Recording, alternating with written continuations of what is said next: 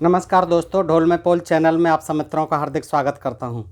दोस्तों, महिषासुर वध की कथा तो आपने सबने सुनी है और मेरे वीडियो को भी आपने देखा ही होगा, और जिसमें ये बताया गया है, ये देवी भागवत है, श्रीमद् देवी भागवत।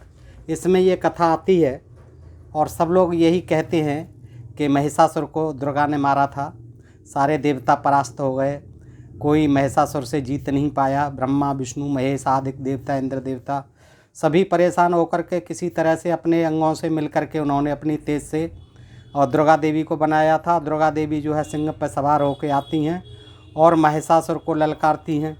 ये कथा आपने दोस्तों सुनी है, लेकिन आप इसके अतिरिक्त जिस कथा को आपने इसी प्रकरण से संबंधित है नहीं सुना है आज तक, और वो बिल्कुल ही विचित्र कथा है इसी संदर्भ में, और दी हुई है आपके वन पर्व में, महाभारत में, कि ये जो कल हमने वीडियो में दिखाया आपको कि अग्निदेव से या पहले शिव जी के उससे तेज से पैदा हुए हैं कार्तिकेय जी, जिन्हें स्कंद भी कहा जाता है, मुर्गुन भी कहा जाता है। उन्होंने जो है महिषासुर का वध किया है दोस्तों। इसलिए दुर्गा को हम महिषासुर मर्दिनी नहीं कह सकते, उनको जो है महिषासुर मर्दन कहा है, महिषासुर का मर्दन करने वाला कहा है, और ये प्रकरण भी महाभारत में दिया हुआ है। और दोस्तों, यहाँ यह भी उल्लेखनीय है कि महाभारत जो है व्यास जी का प्रथम ग्रंथ है, जो कि सभी ग्रंथों का मूल माना जाता है, और उससे ही ये बाद में पुराण लिखे गए हैं, ऐसा माना गया है। और पुराण 18 लिखे गए थे, लेकिन उसके बाद में उपपुराण बहुत लिखे गए हैं, तमाम ऋषियों के ऊपर, पाराशर ऋषि के ऊपर, अगस्त के ऋषि के ऊपर, मनु के ऊपर, तमाम उपपुराण भी लिख दिए हैं दोस्तों। तो ये जो है श्रीमद्देवी भागवत पुराण जो है गीता प्रेस गोरखपुर का, ये भी उपपुराण है, ये बाद में लिखा गया है। तो दोस्तों, इससे ये सिद्ध होता है कि दुर्गा देवी की जो कथा है वो बाद में जोड़ी गई है दुर्गा देवी का महत्व बढ़ाने के लिए। अदरवाइज़ जो महाभारत में दी हुई है वो उसे हम प्रामाणिक मान सकते हैं किसी हद तक, क्योंकि इसमें दिया हुआ है कि कार्तिकेय जी ने जो है उसको मारा है। तो ये विचित्र प्रसंग है दोस्तों, और आज मैं आपको ये महाभारत वन पर्व से, ये महाभारत है, गीता प्रेस गोरखपुर की पुस्तक है, और ये पृष्ठ 331 पर ये विवरण है। तो आइए आज इसको सुनते हैं और जानते हैं कि महिषासुर का वध देवी दुर्गा ने नहीं किया, महाभारत के अनुसार कार्तिकेय जी ने महिषासुर का वध किया। दोस्तों, कैसे, आइए देखते हैं, सुनते हैं।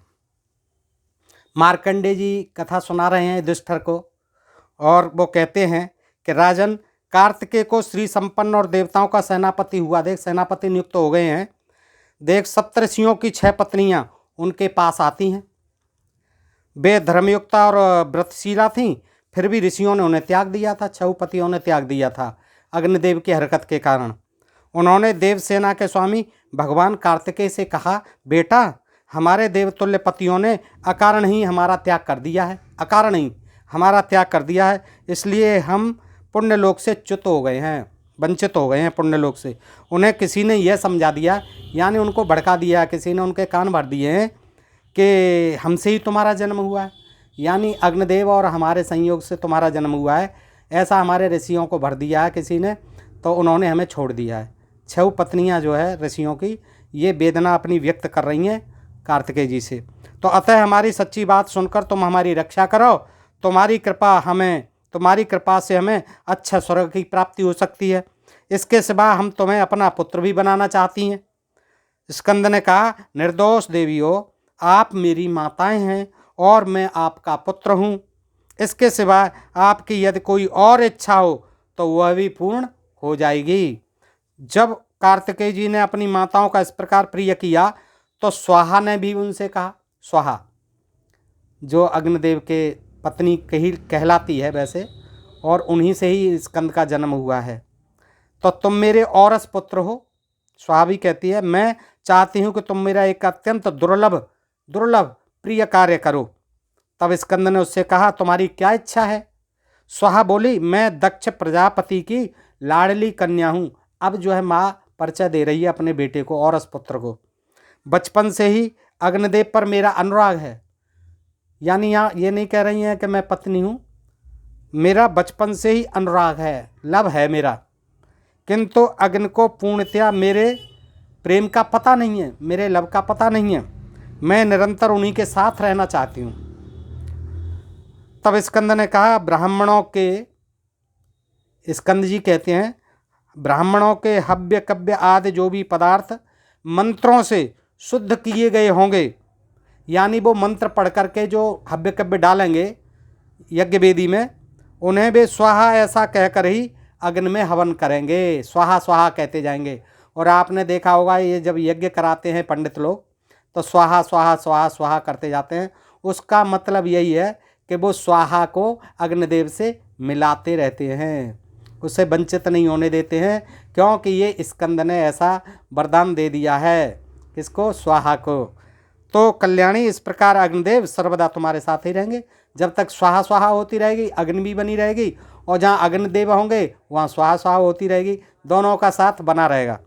स्कंद ने ऐसा कहकर फिर स्वाहा का पूजन किया। इससे उसे बड़ा संतोष हुआ स्वाहा को। और फिर अग्नि से संयुक्त हो, अग्नि के साथ उसने स्कंद का पूजन किया।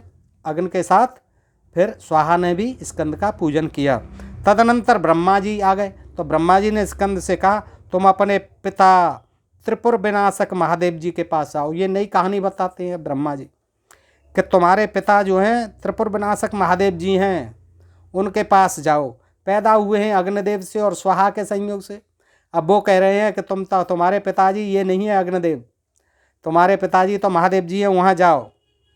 और संपूर्ण लोकों के हित के लिए भगवान रुद्र ने अग्नि में और उमा ने स्वाहा में प्रवेश करके तुम्हें उत्पन्न किया है।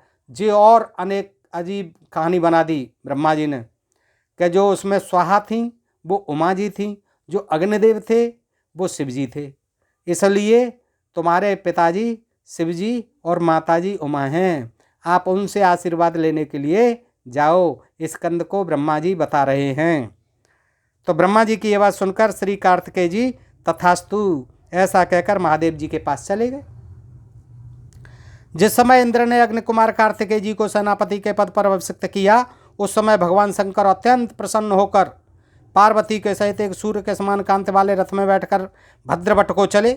उस समय गुहकों के सहित श्री कुबेर जी पुष्पक विमान में बैठकर उनके आगे चलते थे। जब सेनापति का अभिषेक हो रहा था, सेनापति पद पर कार्तिकेय जी का, तो वो ब्रह्मा जी आ रहे हैं, शंकर जी आ रहे हैं। इंद्र ऐरावत पर चढ़कर देवताओं के सहित उनके पीछे चलते थे महादेव जी के। उनकी दाहिनी ओर वसु और रुद्रों के सहित अनेकों अद्भुत देव सेनानी थे। यमराज भी मृत्यु के सहित उन्हीं के साथ थे, यमराज भी आ रहे थे। यमराज के पीछे भगवान शंकर का अत्यंत दारुण 3 नौकों वाला विजय नाम का त्रिशूल चलता था। अब वो पीछे लगा हुआ था भगवान शंकर का त्रिशूल, उसके यमराज के पीछे चल रहा था। उसके पीछे तरह तरह के जलचरों से घिरे हुए जलाधीश वरुण जी चल रहे थे। अब देखिए जलचर भी आ गए पृथ्वीलोक, आकाशलोक में, स्वर्गलोक में, वहाँ से वो लेकर के वरुण जी, क्योंकि वो जलाधीश हैं, तो वरुण जी के साथ जो है तमाम जलचर भी चल रहे थे। उस समय चंद्रमा ने महादेव जी के ऊपर श्वेत छत्र लगाया। चंद्रमा जी ने भी उनका अपना फर्ज निभाया और उन्होंने महादेव जी के ऊपर श्वेत छत्र लगा दिया। वायु और अग्नि चमर लिए स्थित थे। वायु और अग्नि जो है महादेव जी का चमर डुला रहे थे। उनके पीछे राजऋषियों के सहित देवराज इंद्र स्तुति करते चल रहे थे। इंद्र जो है उनकी स्तुति करते जा रहे थे। तब महादेव जी ने बड़ी उदारता से कार्तिकेय जी से कहा, तुम सर्वदा सावधानी से व्यूह की रक्षा करना, चक्रव्यूह की रक्षा करते रहना। ये व्यूह है दानवों से लड़ाई का। हे स्कंद जी, कार्तिकेय जी ध्यान रखना। स्कंद ने कहा, भगवान मैं उसकी रक्षा अवश्य करूँगा। पिताजी नहीं कहा, भगवान मैं उसकी रक्षा अवश्य करूँगा, इसके सिवा कोई और सेवा हो तो कहिए। महादेव जी बोले, बेटा काम करने के समय भी तुम मुझसे मिलते रहना, जब कोई काम कर रहे हो तब भी मिलते रहना।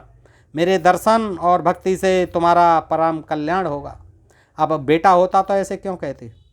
वो कह रहे हैं मेरे दर्शन करते रहना, मेरी भक्ति से तुम्हारा परम कल्याण होगा। ऐसा कहकर उन्होंने कार्तिकेय जी को हृदय से लगाकर विदा किया। उनके विदा होते ही बड़ा भारी उत्पात होने लगा। जैसे ही कार्तिकेय जी को विदा किया गले लगा करके, सोई बड़ा उत्पात होना प्रारंभ हो गया। उससे समस्त देवगण सहसा मोह में पड़ गए। नक्षत्रों के सहित आकाश जलने लग गया। संसार मुग्ध सा हो गया। पता नहीं किस पर मुग्ध हुआ। संसार मुग्ध सा हो गया। पृथ्वी डगमगाने लगी और गड़गड़ाने लगी। जगत में अंधकार छा गया। इतने में ही वहाँ पर्वत और मेघों के समान अनेक प्रकार के आयुधों से सुसज्जित बड़ी भयानक सेना दिखाई दी। इस बड़ी ही भीषण और असंख्य थी सेना तथा अनेक प्रकार से कोलाहल कर रही थी। बड़ी भारी भीषण सेना दिखाई दी जो कोलाहल कर रही थी। वह विकट वाहिनी सहसा भगवान शंकर और समस्त देवताओं पर टूट पड़ी। वह सेना आई दानवों की और एकदम भगवान शंकर और सभी देवताओं पर टूट पड़ी और अनेक प्रकारों के बाण, पर्वत, शतग्नि, प्रास, तलवार, परिघ और गदाओं की वर्षा करने लगी। उन भयंकर शस्त्रों की वर्षा से व्यथित होकर थोड़ी ही देर में देवताओं की सेना संग्राम छोड़कर भागने लगी। देवता तुरंत भागने लगे जाते थे राक्षसों के मारे। दानवों से पीड़ित होकर अपनी सेना को भागती देख देवराज इंद्र ने उसे ढांढस बनाकर कहा, वीरो, भय छोड़कर अपने शस्त्र संभालो, तुम्हारा मंगल होगा। जरा पराक्रम दिखाने का साहस करो, तुम्हारा सब दुख दूर हो जाएगा। इन भयानक और दुश्शील दानवों को परास्त कर दो।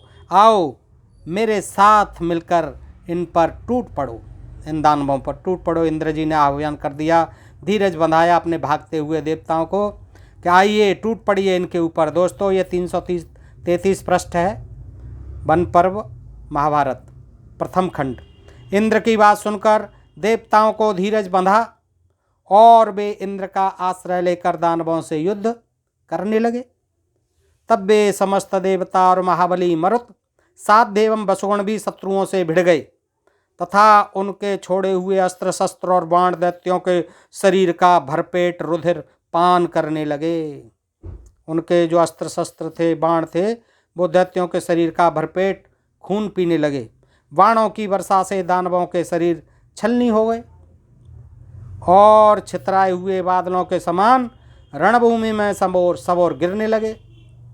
इस प्रकार देवताओं ने उस दानव सेना को अनेक प्रकार के बाणों से व्यथित कर डाला और उसके पैर उखाड़ दिए दानवों की सेना के इंद्र ने। इतने में ही महेश नाम का, देखिए महिषासुर, इतने में ही महेश नाम का एक दारुण दैत्य बड़ा भारी पर्वत लेकर देवताओं की ओर दौड़ा, पर्वत लेकर दौड़ा। उसे देखकर देवता भागने लगे, किंतु उसने पीछा करके भागते हुए देवताओं पर वह पहाड़ पटक दिया देवताओं पर। उसके प्रहार से 10,000 योद्धा धराशायी हो गए। उस पहाड़ की चपेट में आकर के 10,000 सैनिक धराशायी हो गए। फिर महिषासुर दूसरे दानवों के सहित देवताओं पर टूट पड़ा। उसे अपनी ओर आते देख इंद्र के सहित सभी देवगण भागने लगे। इंद्र भी भागने लगे। 10,000 तो मार दिए देवता। इंद्र के सहित सभी देवगण घबरा के भागने लगे। तब क्रोधातुर महिषासुर फुर्ती से भगवान रुद्र के, शिवजी के रथ के पास पहुंचा और उसका धुरा पकड़ लिया। यह देखकर श्री महादेव जी ने महिषासुर के संहार का संकल्प कर उसके काल रूप श्री कार्तिकेय जी का स्मरण किया। आओ कार्तिकेय जी, अब आप ही निपटो इससे, ये हमारे बस का नहीं है महिषासुर। बस उसी समय कांतिमान कार्तिकेय रणभूमि में उपस्थित हो गए। वे क्रोध से सूर्य के समान तमतमा रहे थे। अब क्रोध तो आना स्वाभाविक है, 10,000 देवता मार दिए और कार्तिकेय जी आ गए तमतमाते हुए। शंकर जी ने याद किया, वे लाल वस्त्र पहने हुए थे, उनके गले में लाल रंग की मालाएं थीं, उनके रथ के घोड़े लाल थे। देखिए कार्तिकेय जी के रथ के घोड़े भी लाल थे, लेखक ने देखा था। वे सुवर्ण का कवच धारण किए थे कार्तिकेय जी, सुवर्ण का। वे सूर्य के समान सुनहरी कांति वाले रथ में विराजमान थे। सूरज की तरह उनका रथ भी चमक रहा था। उन्हें देखते ही दैत्यों की सेना मैदान छोड़कर भागने लगी। बस रथ को देखते ही और उनकी चमक दमक को, वस्त्रों को देख करके, लाल लाल घोड़ों को देख करके दैत्यों की सेना डर गई और भागने लगी कि ये कहाँ से आ गए कार्तिकेय जी। महाबली कार्तिकेय जी ने महिषासुर का नाश करने के लिए एक प्रज्वलित शक्ति छोड़ी। अब कोई मिसाइल रहती होगी शक्ति, प्रज्वलित जलती हुई शक्ति छोड़ दी। उसने छूटते ही उसका विशाल मस्तक काट डाला। महिषासुर का मस्तक उस शक्ति ने काट डाला। सिर कटते ही महिषासुर प्राणहीन होकर, प्राणहीन तो हो जाएगा ही जब सिर कट गया, तो प्राणहीन होकर पृथ्वी पर गिर गया। महिषासुर के पर्वत सदृश सिर ने गिरकर उत्तर कुरदेश का 16 योजन चौड़ा मार्ग रोक लिया। अब 16 योजन चौड़ा मार्ग रोक लिया। किसने? महिषासुर के पर्वत सदृश सिर ने। सिर जो कट के गिरा था, उस सिर ने कितनी जगह घेरी? 16 योजन, 64 कोस, 128 मील और 204.8 किलोमीटर। यानी 204.8 किलोमीटर में तो महिषासुर का सिर ही सिर था, बाकी शरीर का तो कोई पता ही नहीं है। आप अंदाज लगा लीजिए दोस्तों कितना विशाल रहा होगा महिषासुर। तो 16 योजन चौड़ा मार्ग रोक लिया। इसी प्रकार वह शक्ति बार बार छोड़े जाने पर सहस्रों शत्रुओं का संहार करके फिर कार्तिकेय जी के हाथ में लौट आती थी। और अभी कार्तिकेय जी 6 दिन के हैं, ज़्यादा दिन के नहीं हुए हैं। ये करिश्मा तो तब दिखाया उन्होंने। इसी क्रम से कीर्तिमान कार्तिकेय जी ने अपने समस्त शत्रुओं को बार बार छोड़ी शक्ति, सारे शत्रुओं को परास्त कर दिया, भाग लिए। जैसे कि सूर्य अंधकार को, अग्नि वृक्षों को और वायु मेघों को नष्ट कर देता है। फिर उन्होंने भगवान शंकर को प्रणाम किया और देवताओं ने उनका पूजन किया। इससे वे किरणजाल मंडित सूर्य के समान सुशोभित हुए। तब इंद्र ने उन्हें आलिंगन करके गले से लगा करके कहा, कार्तिकेय जी, यह महिषासुर ब्रह्मा जी से वर प्राप्त किए हुए था, इसलिए सब देवता इसके लिए तृण के समान थे। तृण के समान थे सभी देवता, तिनके के समान समझता था। क्यों? कि ब्रह्मा ने वर दे दिया था, और ब्रह्मा जी वर देते ही देते थे सबको, और फिर वही कलेश का कारण बन जाता था। फिर ब्रह्मा जी अलग हो जाते थे और इंद्र को बिठा देते थे और सारे देवताओं को मरवा देते थे दानवों से। यहाँ भी दोस्तों 10,000 को मार दिया। सो आज आपने इसका वध कर दिया, इंद्र अब खुश हो गए। इस प्रकार आपने देवताओं का एक बड़ा भारी कांटा निकाल दिया। आखिर में सेनापति जी हैं आपके इंद्र जी। इसके सिवाय आपने और भी ऐसे ही सैकड़ों दानवों को रणांगण में गिरा दिया, जिन्होंने कि पहले हमें बड़े बड़े कष्ट दिए थे। इंद्र जी खुश हो रहे हैं। देव, आप भगवान शंकर के समान ही संग्राम में अजय होंगे और यह आपका प्रथम पराक्रम प्रसिद्ध होगा, बिल्कुल प्रसिद्ध होगा। महिषासुर का वध कर दिया, लेकिन उसका श्रेय जो है दुर्गा देवी को दिया जाता है श्रीमद् देवी भागवत पुराण में। अब बताइए, एक ही अगर लेखक ने लिखे होते ये, तो दो ग्रंथों में 2 तरह की कहानी कैसे होती। अब इसमें कौन सी सच है कौन सी झूठ है ये तो देखिए दोस्तों। लेकिन श्रीमद् देवी भागवत, क्योंकि उसमें देवी की उपमा महिमा ज़्यादा दिखाई है, तो इसलिए उसमें महिषासुर को बड़े विचित्र ढंग से मारा हुआ दिखाया गया है, और दुर्गा देवी का जो उसमें अवतार है वो भी बड़े विचित्र ढंग से दिखाया गया है दोस्तों। लेकिन ये देखिए महाभारत में किस तरह से ये आया है। स्कंद ने मारा है जब वो 6 दिन के हैं, और सारे दानव दैत्यों का युद्ध वो खत्म हो गया उसी दिन। तो आप भगवान शंकर के समान ही संग्राम में अजय होंगे, और यह आपका प्रथम पराक्रम प्रसिद्ध होगा। तीनों लोकों में आपकी अच्छी कीर्ति फैल जाएगी, और हे महाभावों, सब देवता आपके अधीन रहेंगे, बिल्कुल रहेंगे। कार्तिकेय जी से ऐसा कहकर देवताओं के सहित इंद्र भगवान शिव जी की आज्ञा पाकर वहाँ से चल दिए। फिर महादेव जी ने अन्य देवताओं से कहा, तुम सब कार्तिकेय जी को मेरे ही समान मानना। ये कहा है उन्होंने, ये न कहा कि इनको मेरा पुत्र मानना, मेरे ही समान मानना। इसका मतलब वो शिव जी के पुत्र नहीं थे, वो अग्नि के ही पुत्र थे। ऐसा कहकर शिव जी भद्रवट को चले गए और देवता अपने अपने स्थानों को लौट गए। अग्नि कुमार कार्तिकेय जी ने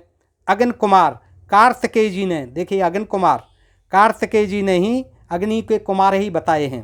अग्नि कुमार कार्तिकेय जी ने एक ही दिन में समस्त दानवों का संहार करके, ये जो है तमाम कथा कहानी बना दी हैं, चंड मुंड और सिम्ब निसम्ब और दुनिया भर के, ये सब स्कंद जी ने एक ही दिन में निपटा दिए, कार्तिकेय जी ने। ये देवासुर संग्राम जो है एक ही दिन में ख़त्म हो गया था, जबकि ये बताते हैं वर्षों चला। देखिए कार्तिकेय जी ने एक ही दिन में समस्त दानवों का संहार करके त्रिलोकी को जीत लिया, त्रिलोकी को तीनों लोगों को जीत लिया। तब महर्षियों ने उनकी सम्यक प्रकार से पूजा की, तब ऋषियों ने उनकी फिर पूजा की, सब देवताओं ने पूजा की। इस तरह से कार्तिकेय जी तीनों लोकों के स्वामी हो गए, अग्निदेव से पैदा हुए थे, शिव जी का बताया गया। दोस्तों ये प्रकरण भी विचित्र है। 2 ग्रंथों में 2 तरह की बातें हैं। महिषासुर का वध जो है, महिषासुर मर्दनी दुर्गा देवी को सिंह पर सवारी करते हुए और ललकारते हुए दिखाया जाता है। इसकी कथाएं भी बहुत होती हैं और 9 देवियों में इनका बहुत महिमा गुणगान किया जाता है। दोस्तों इस तरह से आप स्वयं निर्णय करें कि इस तरह से किस तरह ये दो तरह की कहानियाँ इन्होंने लिख मारी हैं अपने अपने हिसाब से, पता नहीं क्या है। अब कहते हैं कि ये व्यास जी ने लिखे, व्यास जी अगर लिखते तो 2 ग्रंथों में, अपने ही 2 ग्रंथों में इस तरह की 2 कहानियाँ, 2 तरह की कहानियाँ कैसे लिख देते थे। कहीं शिव जी के पुत्र बता दिए गए हैं, कहीं वाल्मीकि रामायण में वो शिव जी के पुत्र हैं कार्तिकेय जी, तो यहाँ इसमें महाभारत में फिर अग्निदेव के बताए हैं, स्वाहा के पुत्र बताए हैं, वहाँ उमा के बताए हैं। और फिर ये भी ब्रह्मा जी लीपापोती कर रहे हैं कि वही अग्नि में प्रवेश कर गए थे, महादेव जी और उमा जी बन करके अग्नि और स्वाहा। तो दोस्तों इस प्रकार की रोचक कहानियाँ हैं और इनमें वैज्ञानिक तथ्य तो कोई नहीं है, लेकिन चलो हमारा मनोरंजन होता है और हम ये देखते हैं कि हमारे ऋषि महर्षि किस तरह कल्पनाशील थे और किस तरह से ये मनोरंजन के लिए लिखते रहते थे। और उनसे अशिक्षित लोगों को, जो उस समय पढ़े लिखे नहीं थे और पढ़ाई लिखाई पर प्रतिबंध नहीं था, उन्हीं का एकाधिकार था, तो उनसे अपना व्यापार भी चलाते थे, अपनी रोजी रोटी भी चलाते रहते थे। और उसी का परिणाम है कि आज भी इनसे रोजी रोटी चल रही है कुछ लोगों की। दोस्तों फिलहाल के लिए इतना ही। सुनने के लिए धन्यवाद। नमस्कार दोस्तों।